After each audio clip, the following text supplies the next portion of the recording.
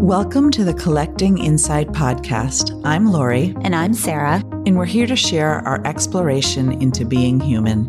Inspired by coffee meetups, we dive into topics that confound, mystify, and inspire us, leading to a space where we can better understand and enjoy this precious life. Our perspectives are definitely distinct, but it's the intersection between them that our most amazing conversations and insights erupt. We are so excited you're here. Let's get started.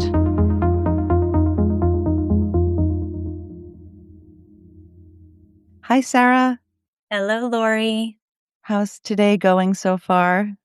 It's good. How about you? It's going well. It's going well. It's interesting. This past week, I've just been feeling this almost gratitude to all of the wonderful people in our lives that have come on this podcast, and just kind of feeling like, how are we in touch with all of these wonderful people who have these amazing stories and make the world a better place all the time? And then just as I was thinking that, I got a voice text from Teresa Moss, who came on our podcast about a month ago. And she said, Lori, I just listened to the podcast with David Cohen. And she said, you guys have these angels glittered like fairy dust throughout your lives. And it made me think, like, we all do. We all have that. And I don't know. I just wanted to mention it before we start because we have one of my favorite angels with us here today. It is Jeff Schulman. Hi, Jeff. Hi, Lori. Hi, Sara. Hi. And Jeff is the athletic director at the University of Vermont. And I just wanted to tell you a little bit about him. Full disclosure, Jeff and I go way back.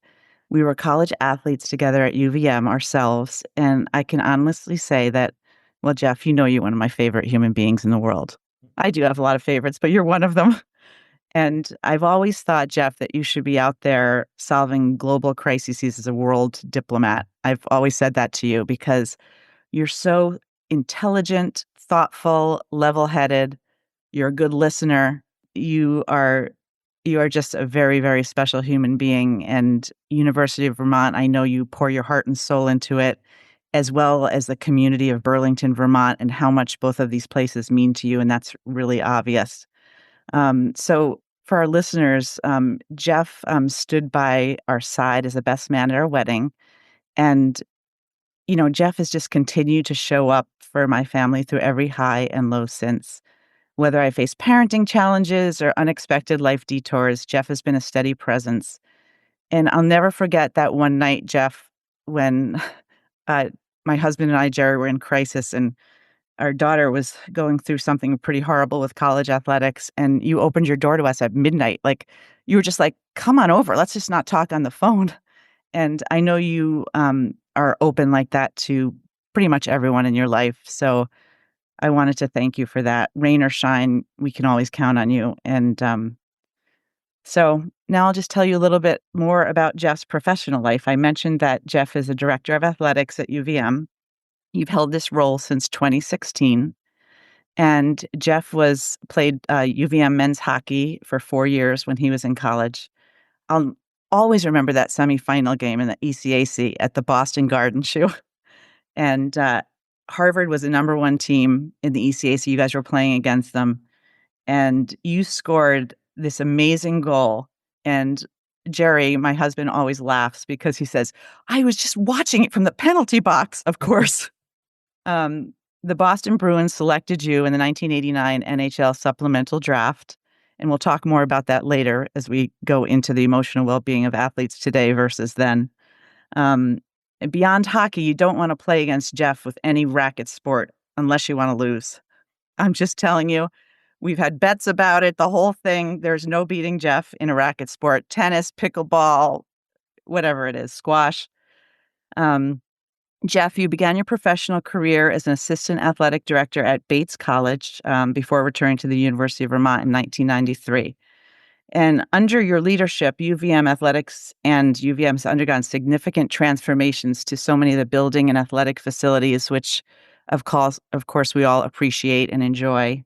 And And beyond your work at UVM, Jeff has been active in international athletic competitions, serving as a delegation leader of the U.S. team at the 18th Maccabiah Games in Israel. And you also participated in the Maccabiah Games as a member of the U.S. ice hockey team. So congratulations for that.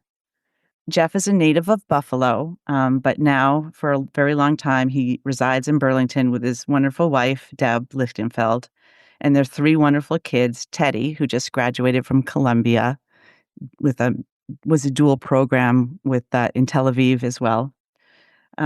Gabby and Marzi and your wonderful Labradoodle Mac.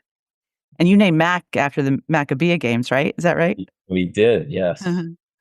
So today we're here to talk about the emotional evolution of the college athlete and how mental health struggles are more common with college athletes today. And we're just wondering, Jeff, have you, like when a student walks onto campus their freshman year, are they exuberant? Do you feel like they're raring to go? They're excited? Or like, what are you seeing with college athletes these days? That's a really good question. Obviously, great topic. And first of all, just express my excitement to be on this podcast with the two of you. I haven't listened to every episode, but I've certainly listened to several, and you're doing a great service to the community. And I know both of you serve the community in a lot of different ways. So, and thank you for that kind introduction, Lori. I appreciate that you didn't read my full hockey stats because I didn't score many goals during my career, but it's like I tell our players, score one goal at the right time. You too can be the athletic director at your alma mater. So you got that. But yeah, it's an interesting question about how students arrive. We have about maybe 150 to 180 first year student athletes that arrive on our campus every year. And as you might imagine, it's a full continuum. They do generally tend to be excited about entering this sort of next phase of their life, but it's mixed with a lot of angst and anxiety, and understandably so. It's a big transition for a student to leave high school and transition into college, and then layer on top of that the added dimension of being a college student athlete, in our case at the Division I level. And there's a lot that I think they're navigating. And so we're pretty intentional about that transition and trying to make sure that we're there to support them. And obviously our coaches play a huge role in that. But we try to be very aware and very sensitive to the significant transition that they're going through. And, I'm sure we'll get into more of this, but, as the year goes along, a lot comes up, and of course, the student athletes that arrive at UVM each year are coming to us, from having all sorts of different experiences and challenges throughout high school and middle school and before that even. So we tend to, those challenges, if they've been challenges, tend to manifest themselves in lots of different ways once they arrive to our campus, and that's all part of the mix of being in higher education these days, and certainly in a competitive athletic environment like we have here. It's really interesting because I read, and I'm just curious if you've seen this, Jeff. I read, I guess NCAA has a well-being study, and it indicated that today, sort of mental health concerns are 1.5 to 2 times what they were pre-pandemic, which just super surprised me that we're still sort of feeling that effect. And a lot of it seemed that some of the attribution was actually disruption of sport, like sort of during their pathway. Do you see that? Yeah, it's interesting. Now we're sort of, I know the study that you're referring to, I think it might have been from 22 or 23. So, now we're a year and a half or 2 years past that. And I've actually seen some statistics that say some of the really acute challenges that people attributed to the pandemic may be starting to wane a little bit. That's great. Which is obviously encouraging. But yeah, I mean, what young people went through during the pandemic was just, it was really, really challenging on top of what was already a challenging time in their life, and just the isolation and dealing with family members who might have been compromised, or people who've been separated, sadly someone who passed away. And then, again, layer on top of that the disruption to something that's such a fundamental part of their life, their sport, and being forced. And I even look back at some decisions that we made during the pandemic. We somewhat UVM athletics, but the enterprise of college athletics. And just, I think in retrospect, we really overdid it in trying to jam in these seasons. We were doing it with the best of intention, but what we put our athletes through probably wasn't the super well thought out. And again, everyone was trying to do the best that they could. I mean, I think of some teams that were in and out of quarantine 3 or 4 different times, trying to get a season in front of no fans, with day trips. And it was too much. And I think, young people at a variety of different ages felt that impact really, really dramatically. Some of this has to do with an issue that I think a lot about, which is just how much a part of athletes' identity their sport really is, and that presents itself in a lot of different ways. And I think it's something that I, in my role and with my colleagues here at UVM, we work really hard on trying to get our athletes to realize that being an athlete is something that they do. It's not who they are. And it's really hard because of how much time and energy and money and investment they've put into getting to be a college athlete, and so when that's taken away, and for everybody, it's going to stop at some point, right? And some people, it's after high school. Some people, it's, when you get to college, during college, when you leave college, when you finish a pro career, whatever it may be. But at some point, you do have to make that transition, and the better developed other parts of their identity can be, the easier that transition will be. Yeah. That's really interesting, Jeff, that you say that, because when you think about how much time these young kids, I mean, I'm talking about really young, even like 5 years old, they're, spending 3 hours a day now on a soccer field or whatever it is. And it just increases as they get older. And when you're spending, 35 hours a week plus, and then trying to, do your academics, there's not much time left over. And then, when I think about college athletes that I know these days, like they've missed weddings, like of family, funerals of grandfathers, missing these important life moments. And it makes you think that you get ingrained in your head that this is more important than everything else. Yeah, it's, you bring up a really, really good point where just people's perspectives get way out of whack. And Yep. And that's something that I feel a big responsibility towards in my role, in sort of modeling that to some extent to our coaches and ultimately to our student athletes, that you do have to have balance in your life. And as valuable as athletics can be, and as important as it is, at all levels, college or high school. And, it doesn't, it can't become more important than family and your health and your well-being. Academics are obviously have to go hand in hand, and I get that balance is different for every person. The key for me is making sure that it's being driven by the individual and not necessarily by outside forces, including parents sometimes, where, I talked before about how athletics can become such a part of the identity of young people. The same is true for parents, that their son or daughter's athletics becomes part of their identity. And that can be really dangerous. And that's when young people start to feel just incredible amount of pressure that they're putting on themselves, but also if they feel like they've got to excel or achieve at a certain level in order to meet their parents' expectations, that can be really challenging. As I researched this topic, because I don't have a college athlete, I almost did, but she sort of pulled back at the end. But is that a lot of times as parents, we think of pressure as being super overt. So we are like, okay, we don't put pressure on our kids because we're not out there screaming, telling them to go, go, go, go. But it's sort of the other choices that we make, the investments that we make, the time investment that we as parents make, the sort of specialization. Because I read this quote from this junior in high school, and she was trying to decide whether she wanted to go and play in college, and she's like this superstar. And she said, "It feels like there's no out now. I'm so far in that if I try and back out now, why did I even start? My parents have put so much time, money, and effort into this."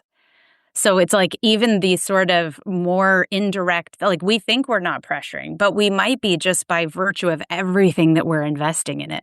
Oh, Sarah, you are so right. Like when you think about it, it's like they are taking all of their vacation money that they've saved up and they're traveling and staying in hotels. So that becomes their lives too. Or if you hear parents on the sideline, it doesn't matter what level, you'll hear them say, "We won." And I always think like, wait, you didn't play.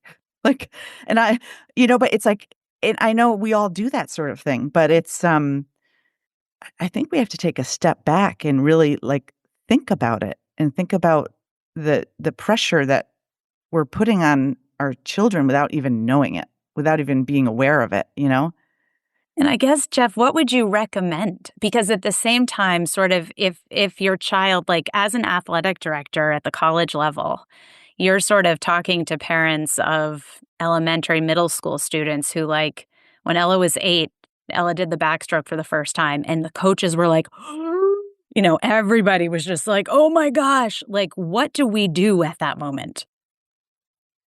Yeah, I mean, you both bring up really good points and good questions. And it's not easy being a parent these days. I mean, Lori mentioned I've 3 kids, and Debbie and I are always questioning, our parenting styles and how we're supporting our kids and balancing sort of support with also giving them space to be who they are and to pursue their passions, and without feeling like they have to meet some expectation that we have of them.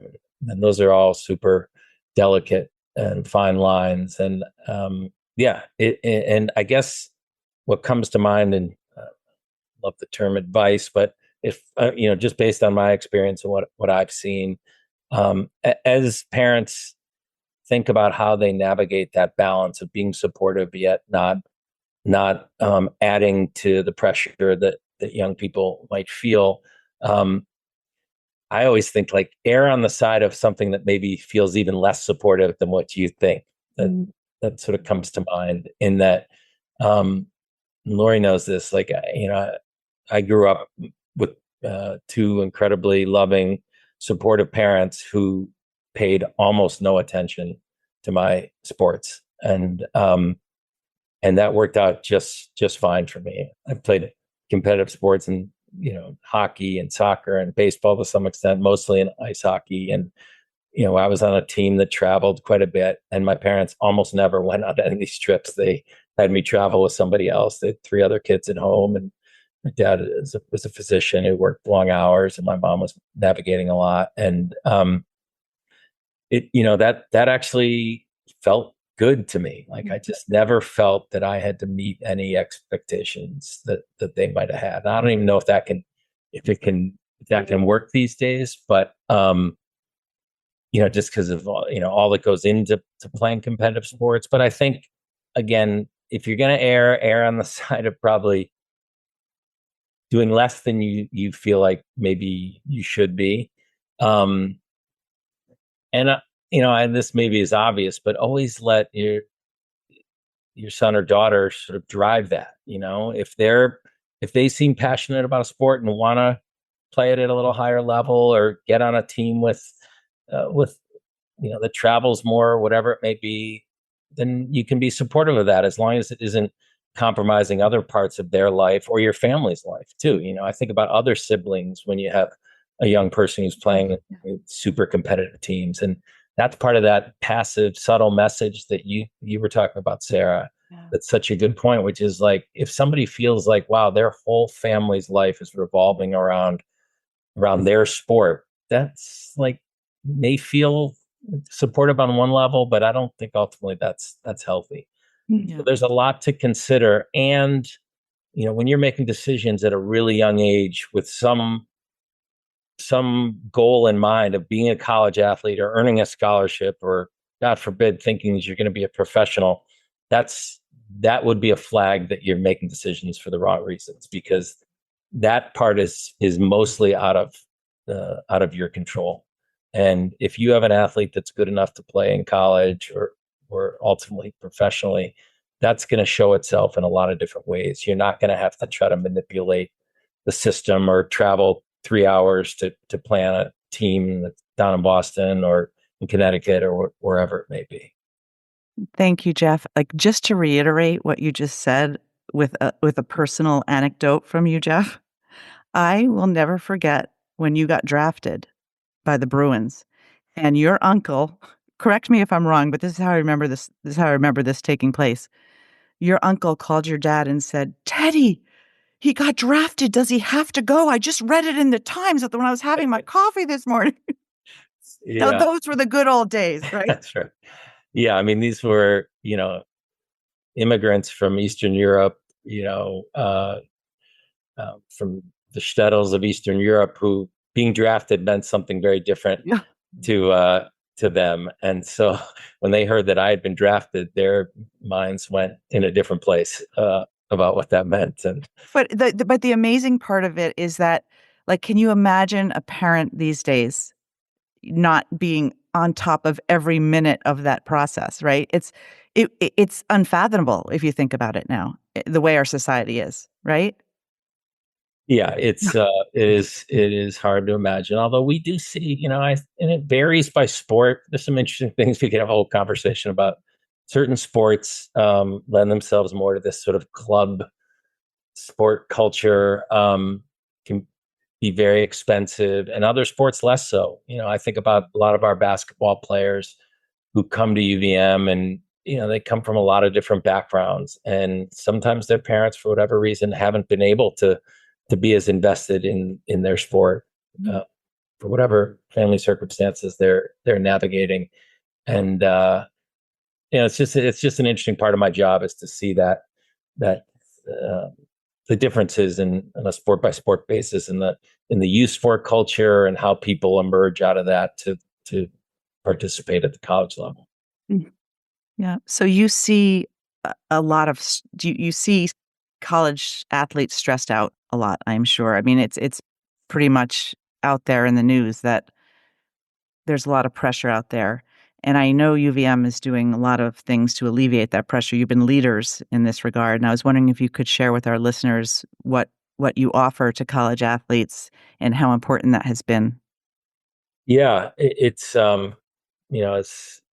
think we've been alluding to. There's no question that there are serious mental health challenges for young people generally, um, college age students, very specifically, and then you layer on top of that, being a high level competitive athlete, and there's a lot going on there. And so we have a program that we're super proud of. It's called Catamount Sports Psychology and Counseling. We have two full-time professionals in that unit, and they're there to support the mental health of our student athletes, and that could take all sorts of different forms. Oftentimes, our athletes, the intake is around some sort of performance-related issue.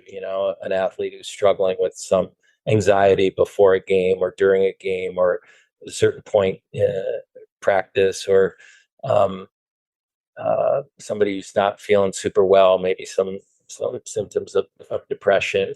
Eating disorders is another big challenge for college student athletes, and just pressure to excel in what they're doing. These are the athletes who arrive on our doorstep, tend to have been very high level high school athletes or club sport athletes.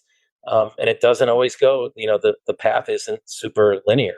There's ups and downs, and some will end up not continuing. for one reason or another. And so we have these two individuals that Kelly Thorne and Molly Gribbins are the two people who work in CSPC. And they do a lot of individual counseling sessions. They do some group sessions. And just the fact that program exists here, I hope sends a message to our athletes that it's something we care about, and that I think about sort of like mental health literacy. People just understanding like, hey, this is no different. You hear this talked about quite a bit. Like, it will be a really good day when athletes feel as comfortable going to see a counselor with a mental health challenge they do when they go see the trainer when they sprain their ankle or to themselves physically in some way. And so, one of the things that I'm really proud to tell people is that this program, this Catamount Sports Psychology and Counseling program, actually, with the idea of it began with two student athletes. Kelly Lennon was a leader on our swim team, and Trey Bell Haynes, who was a great men's basketball player for us. And they both had their own challenges, and they came to us and talked about the importance of this. This was like 2016, 2017. They started an event we called Rally Around Mental Health, just to raise awareness around mental health challenges. But their goal always was that we actually hired professional staff in our department, and we ultimately did that. We partnered with the University Center for Health and Wellbeing, and it's really become a model program for schools at our level. Now, a lot of schools at sort of the high major, higher resource athletic programs have people, but at the mid-major level where we compete, it's pretty unique to have two full-time professional staff they're helping to support the mental health of our students. That's amazing to hear. How many student athletes would you say, Jeff, are utilizing these services? My guess is probably 20% of our 25% of our student athletes. So 120 or so over the course of their time will avail themselves of those services. And others are reaching out for support. That not everybody wants to see somebody in the athletic department, and we're respectful of that. Although there's a very clear line, and confidentiality is super important. And sometimes our staff will talk to student athletes about the value of, hey, maybe worth letting your coach know that you're struggling with this. But if they don't want to do that, then that's certainly respected. But again, a lot of this is about just making it okay at UVM, specifically in the athletic department, to say, like, I'm maybe not feeling great and I need some help. And we want athletes to feel really well supported in doing that. That's amazing. It is.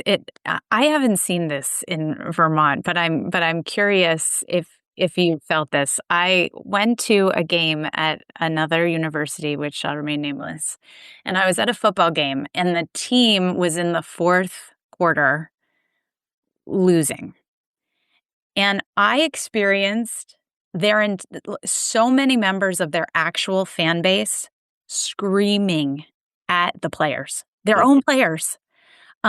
Like in a way that I said to my husband, I am never going to another game in the fourth quarter again.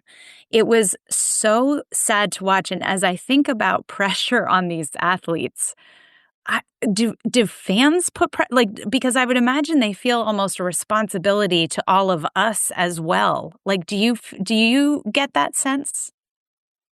Yeah, I mean, there's no question that the higher the profile environment that you're playing in, all the way up to the professional level, and the higher the level, the more eyeballs that are on you.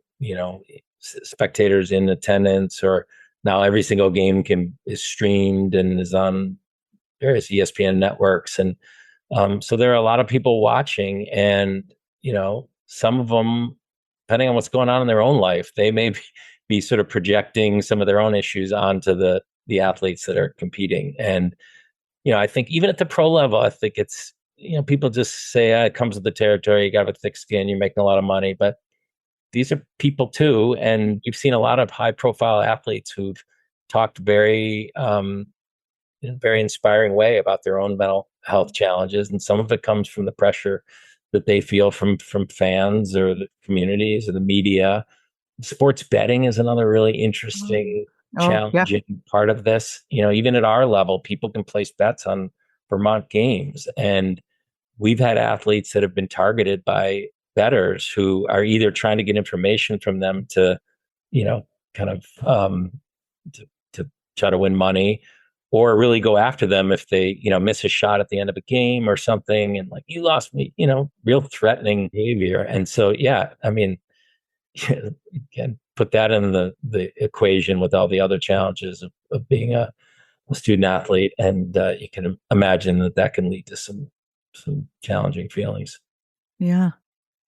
It really is. It's all around. I was at a Lake Monsters baseball game the other night, and there were the fans screaming, "Throw strikes!" Like, okay. It's like, hello, you don't think that that's what that pitcher is trying to do? It's unbelievable. It's like, do you think that's helpful? You think that's going to make them do what you want them to do? I know. Oh my Well, goodness. it's so interesting. And I feel like, there's also this whole, money entering this in a new way Mhm. with college athlete or colleges being able to pay students. Do you feel like that's just going to sort of add another layer of pressure? I do. Yeah. Yeah.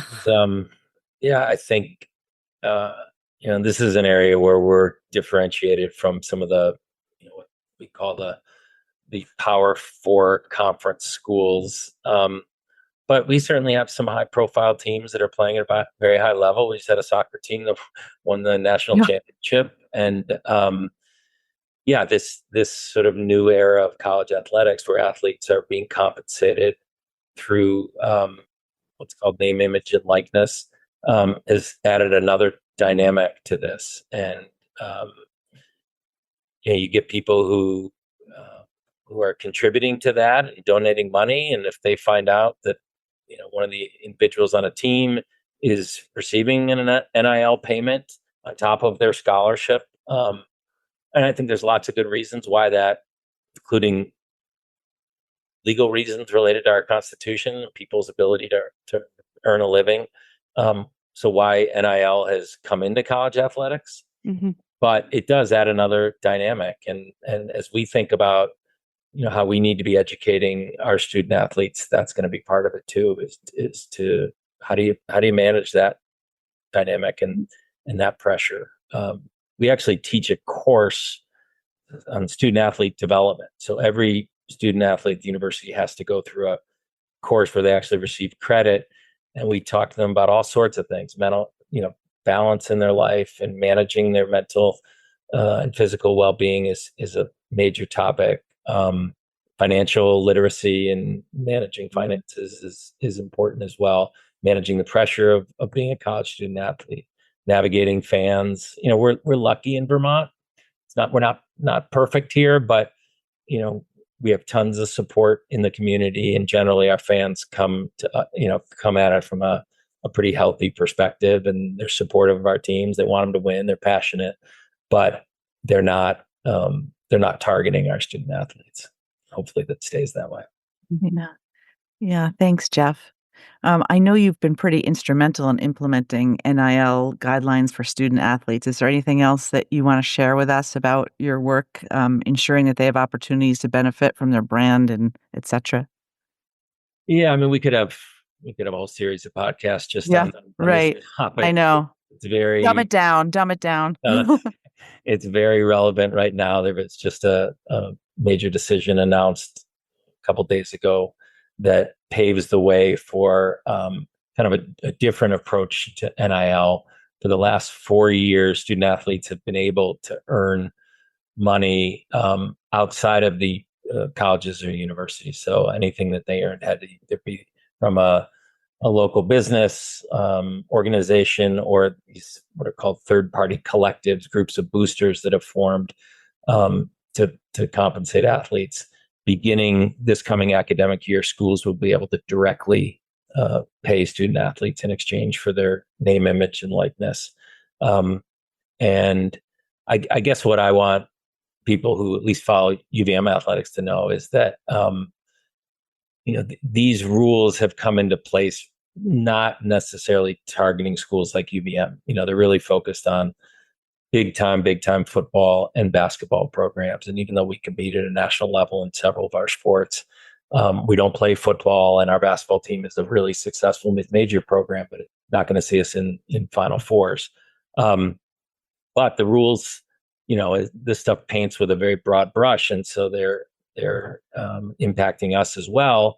And our challenge is making sure that we're not sort of burying our heads in the sand and pretend that this doesn't exist, but do it in a way that still fits with our values around athletics and student athlete development and their ultimately their well-being, and do it in a way that's financially sustainable. So piecing that all together is what I spend a lot of my time doing. But I feel good that we're going to be able to continue to compete at a very high level and do it in a way that Vermonters can be proud, where academics are front and center, graduating front and center, the development of young people is front and center, and we can have competitive teams. So more to say about that, I'm sure. But I know I would imagine, Shu, that that can create competition between athletes as well. Like, oh, you're getting paid for this, or you've created this, you're getting all of these followings.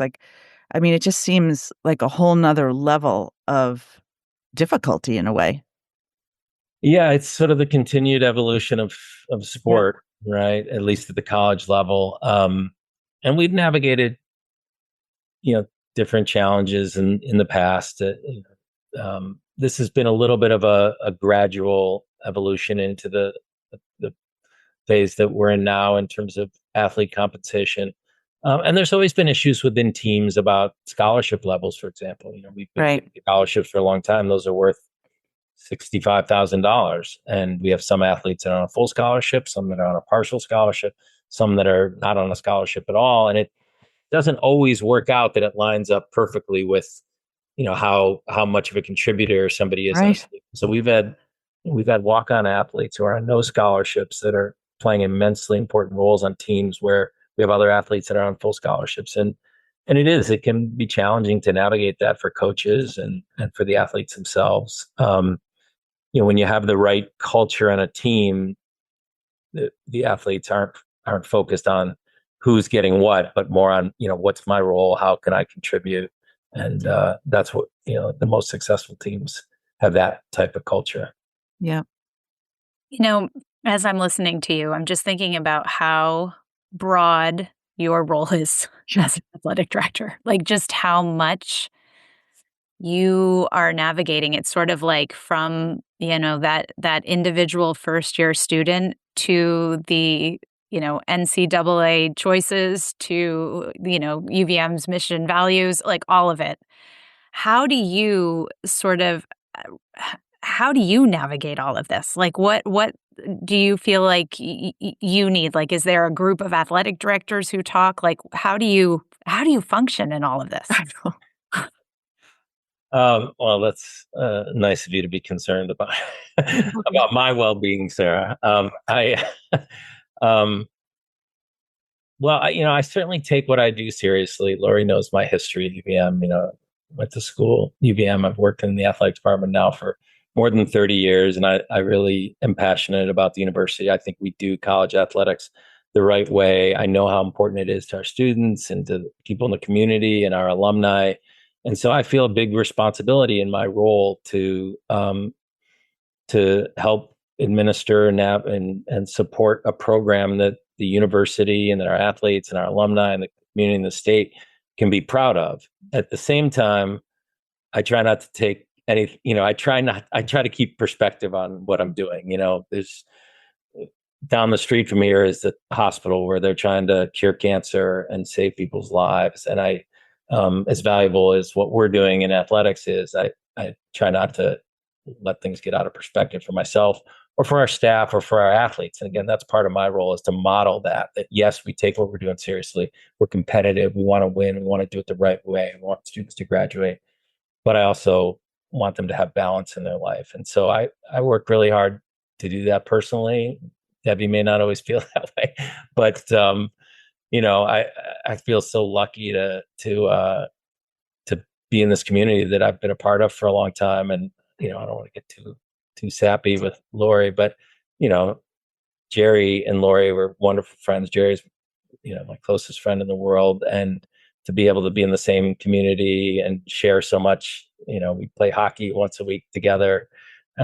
We see each other a lot. I feel really lucky to be living here and doing what I'm doing. A great place to raise kids, tons of friends and around, and in a job that I really enjoy. Oh, shoo. Oh. So, staying on task, what message, Shu, would you want your coaches to know about the stress athletes are under, and separately parents? If there was what like you're trying to be a mentor and keep a hold of the stress level, what do you want them? What do you try to portray to them, both parents and coaches? Because I know even kids at college levels that would never ever ask a coach could they go to a family wedding or whatever, because they just don't want to be blackballed. Like all of this stuff. I just it's a really good question. I think coaches play a huge role in I guess it goes without saying, in the experience of student athletes, both positive and negative. And so, I work really hard to hire the right coaches, and we don't always get it right. And when we don't, we make changes once we realize that. But there's nothing more important that I do than hiring the right coaches to lead programs, because they are mentors and they're sending signals every single moment. Back to what you said, Sarah, about the sort of subtle signals. I don't think there's many coaches in the country who would say, "Oh, I don't care about the well-being of my athletes," but it's what they actually do that matters, and right. the messages that the athletes receive. And there's coaches who I know care deeply about their athletes, but for whatever reason, they've sent messages that would make a student feel like what you just talked about, Lori, which is like, I can't go to a coach and say I want to miss for a family wedding or a funeral. Like I could never do that. And if you're not sending very intentional messages and being very explicit about balance and perspective and a sort of holistic approach to well-being, you're probably sending the wrong messages. And so we do talk a lot with our coaches about those, how do you communicate that you do care about them? They can come to you when they're struggling. So it's a big responsibility that coaches have. At the same time, part of my responsibility is to look out for the well-being of our coaches, right? Right. There's a lot of research on the pressures that coaches are feeling now from all sorts of different angles, including some of these changing dynamics of college athletics. We talked about the transfer portal, but athletes can come and go every single year. And now take transfer portal combined with NIL. It's a super, our coaches talk about having to essentially re-recruit their players every year. So it can be really challenging. And so I try really hard to lessen the pressure on our coaches, not ramp it up, and yes, it's a competitive environment that we're in, and winning matters, but it only matters if you're doing it the right way.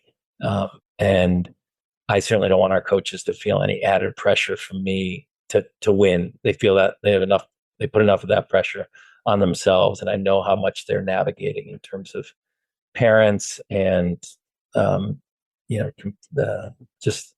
all this mental health stuff that student athletes are dealing with is challenging for them too, because they're on the front lines of that, and they're not necessarily, this isn't necessarily what they've gone to school for or prepared for. Now we've tried to educate them about signals and things to look out for and how to support athletes, and then have real professionals around them that can help support that. So they're dealing with a lot as well. Yeah. And, that's a big part of my role, is to help support them.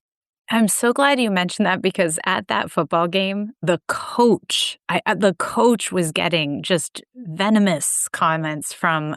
So I'm glad you mentioned that. And I often think of the transfer portal as I imagine, I'm a business person and I'm surrounded by business, and I think about what all of our businesses would be like if our employees turned over that every year.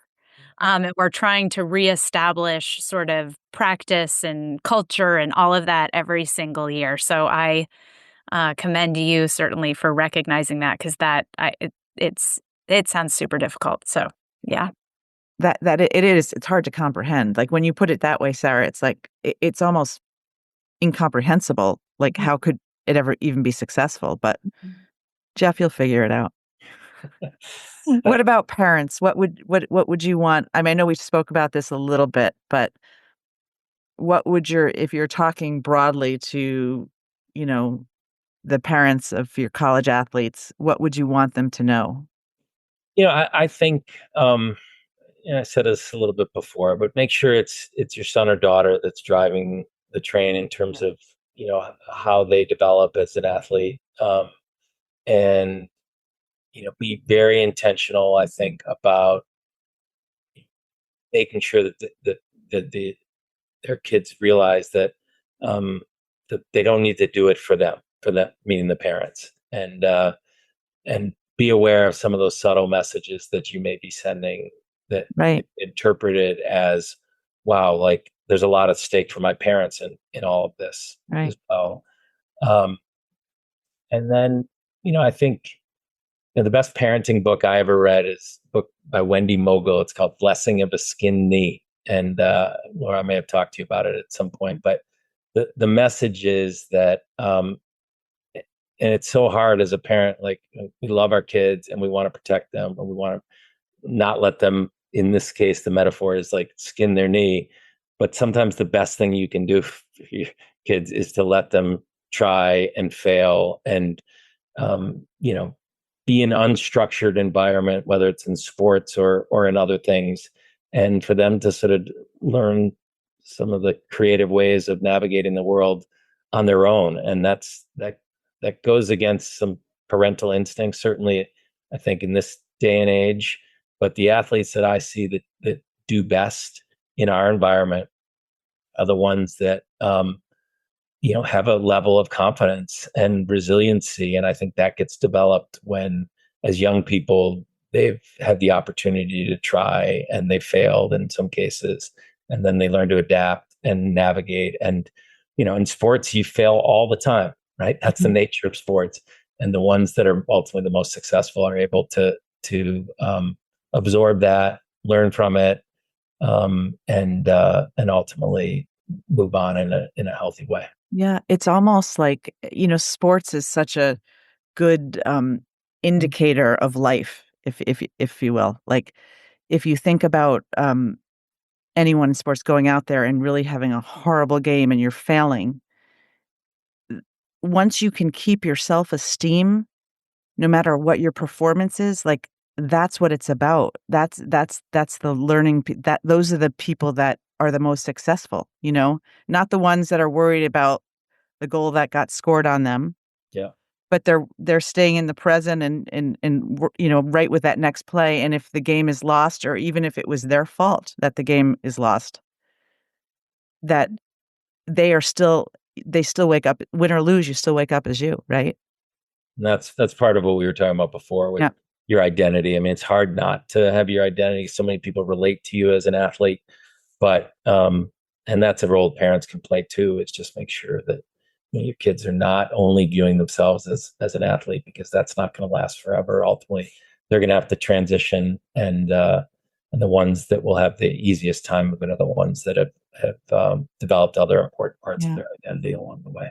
Mm-hmm. I mean, the athletes that I know that have been professionals have, like, one friend of mine shared with me, he's like, my father never said anything on the car rides home. He never went play by play. What happened? And why don't you try this next time? And, it's like giving that athlete the autonomy to learn and grow and fail on their own.